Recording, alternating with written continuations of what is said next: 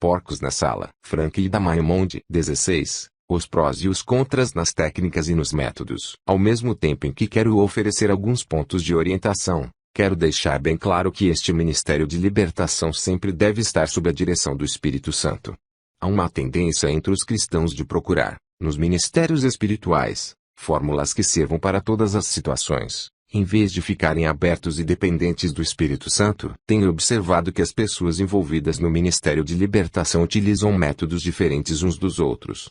Isso é compreensível, visto que a Bíblia não dá muito detalhe sobre os métodos usados por Jesus nem por seus discípulos. Não devemos ficar presos a regras que fabricamos para nosso próprio uso.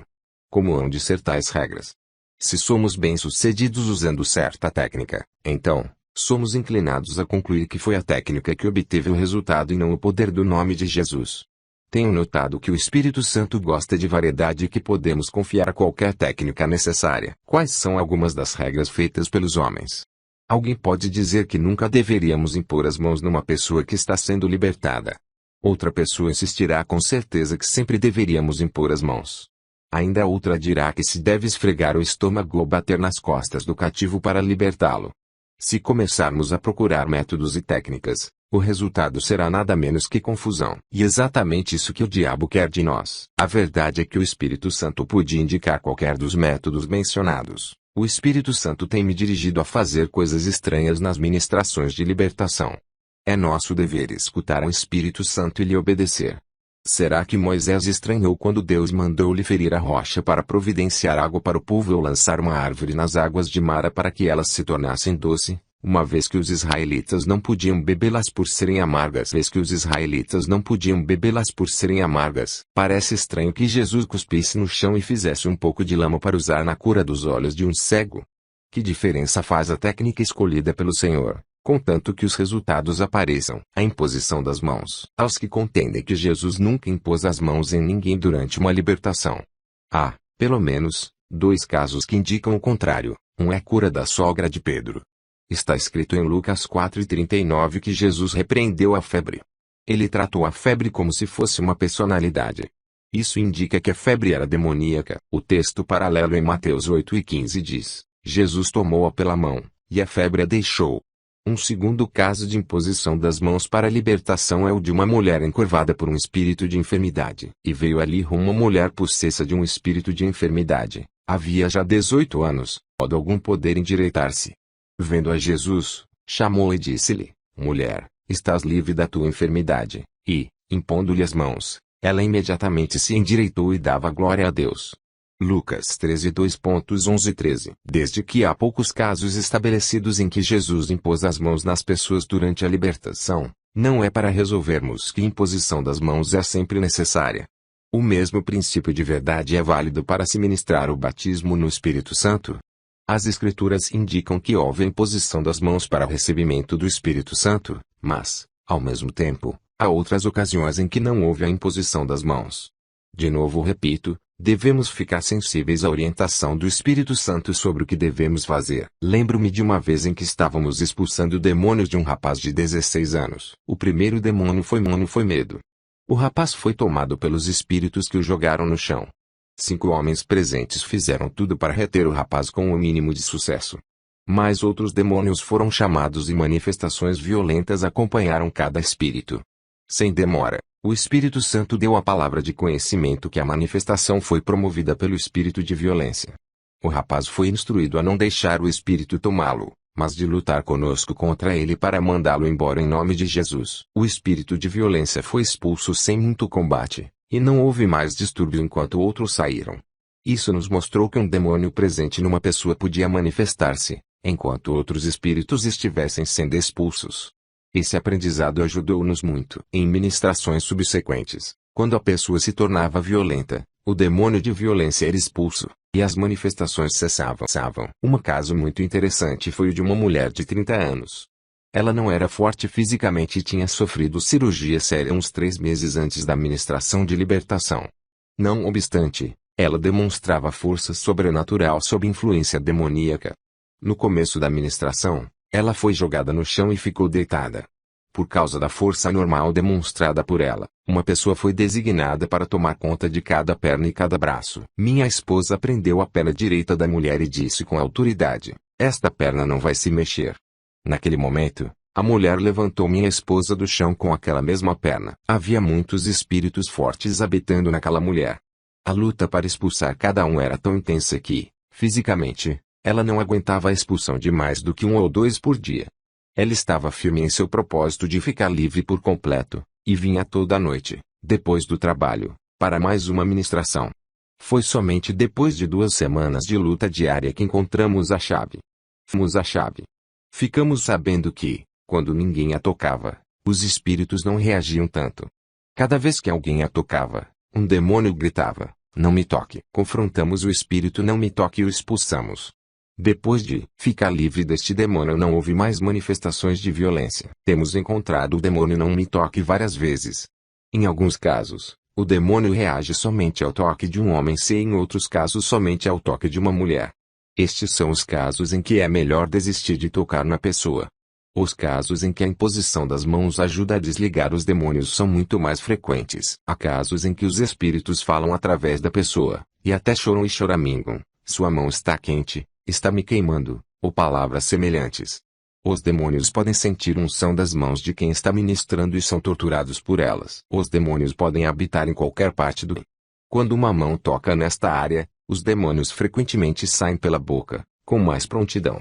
Por isso, é aconselhável incluir homens e mulheres numa situação de libertação. As mulheres podem tocar nas mulheres e os homens nos homens. Em certa ocasião, estávamos ministrando a uma jovem senhora. Eu estava atrás dela com as mãos em sua cabeça. Os demônios estavam saindo rapidamente. Veio uma palavra de conhecimento que deveria tirar minhas mãos dela imediatamente. Passei para a frente dela para ver qual era a manifestação em seu rosto. O espírito de sensualidade tinha vindo à superfície e foi identificado como um espírito de flertar. Através de palavras e expressões faciais ele começou a brincar com 2 dos homens da equipe.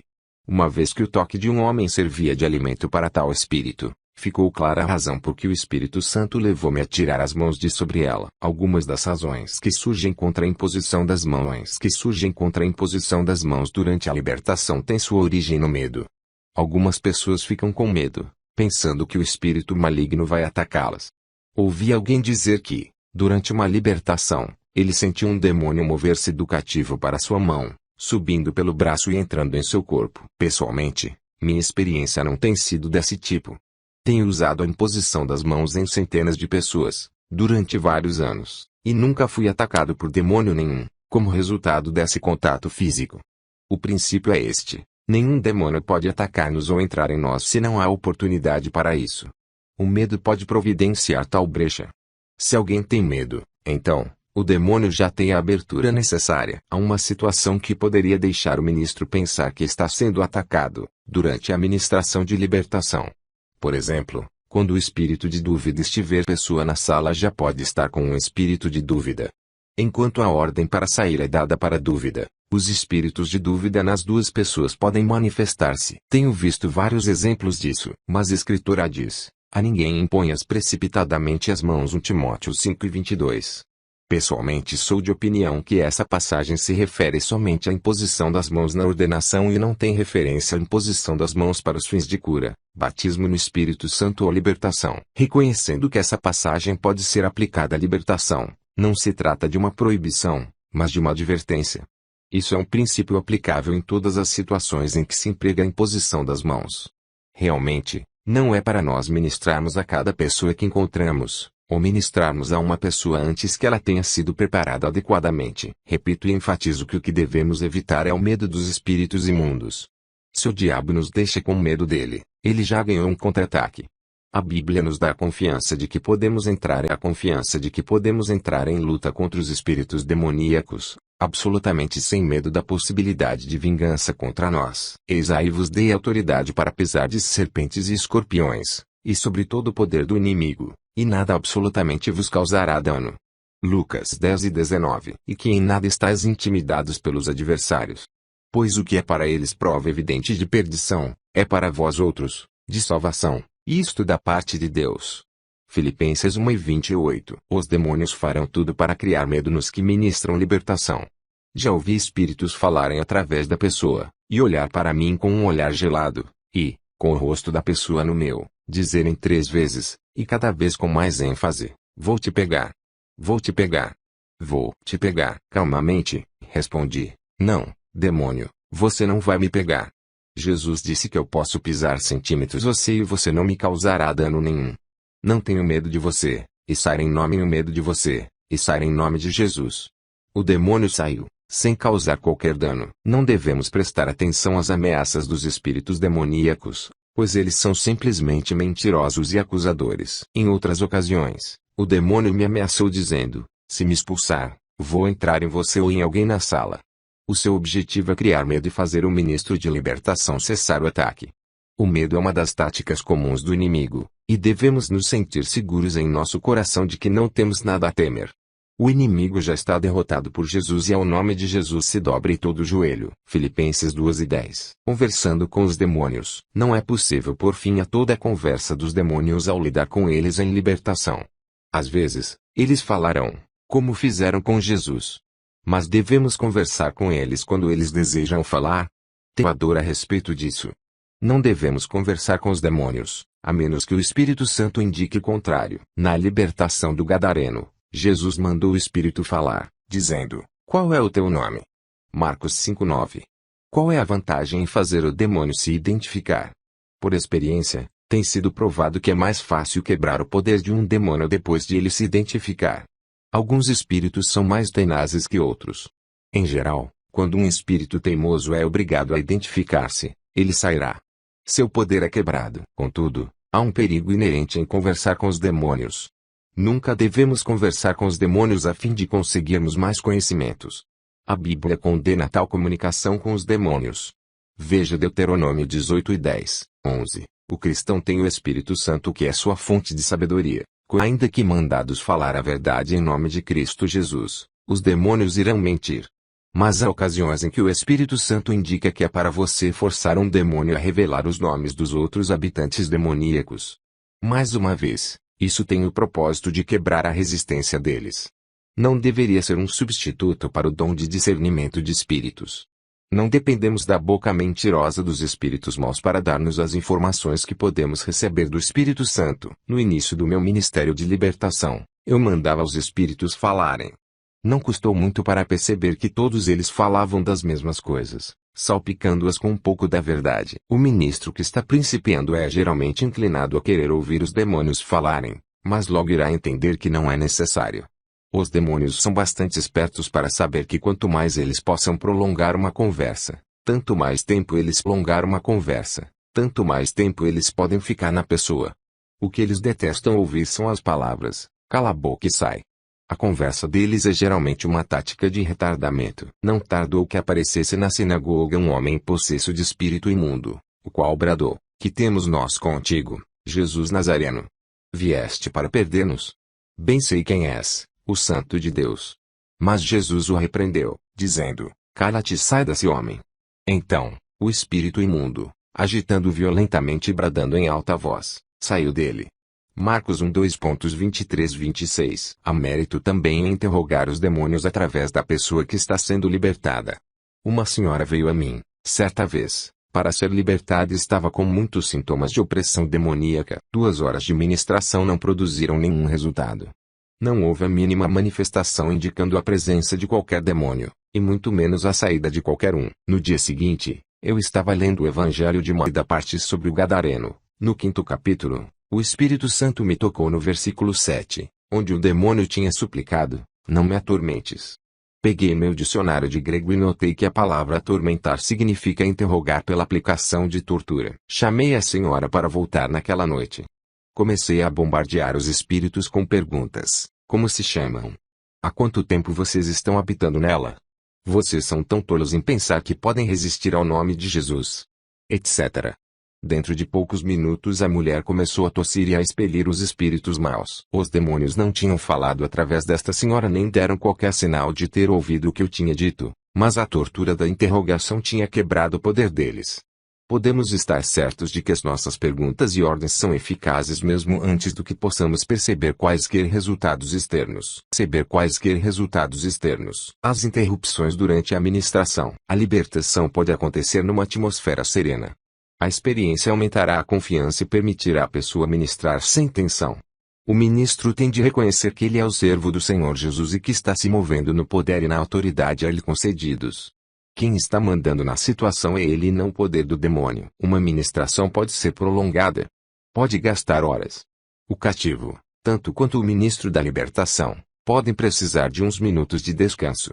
Geralmente é conveniente ter uma pausa, depois que um grupo de espíritos foi expulso. Nada é perdido por se ter uma pausa, pois você simplesmente começa no ponto em que parou. É comum acontecer que, no meio de uma ministração, a pessoa lembrará outras áreas invadidas pelos demônios, ou o Espírito Santo vai iluminá-lo com informações por deixar a pessoa contar essas coisas. Mas tome cuidado, pode ser um truque do inimigo. O cativo pode dizer, quero tomar água, ou qualquer outra coisa semelhante, para deixar a sala. Às vezes, é o demônio falando, e não a pessoa. O demônio fará tudo a fim de levar a pessoa para fora do lugar da ministração. Esteja alerta e não seja vítima de um truque desses. Até que ponto a pessoa está tomada pelos espíritos? Os olhos estão brilhantes ou o olhar é fixo? E como é a voz da pessoa?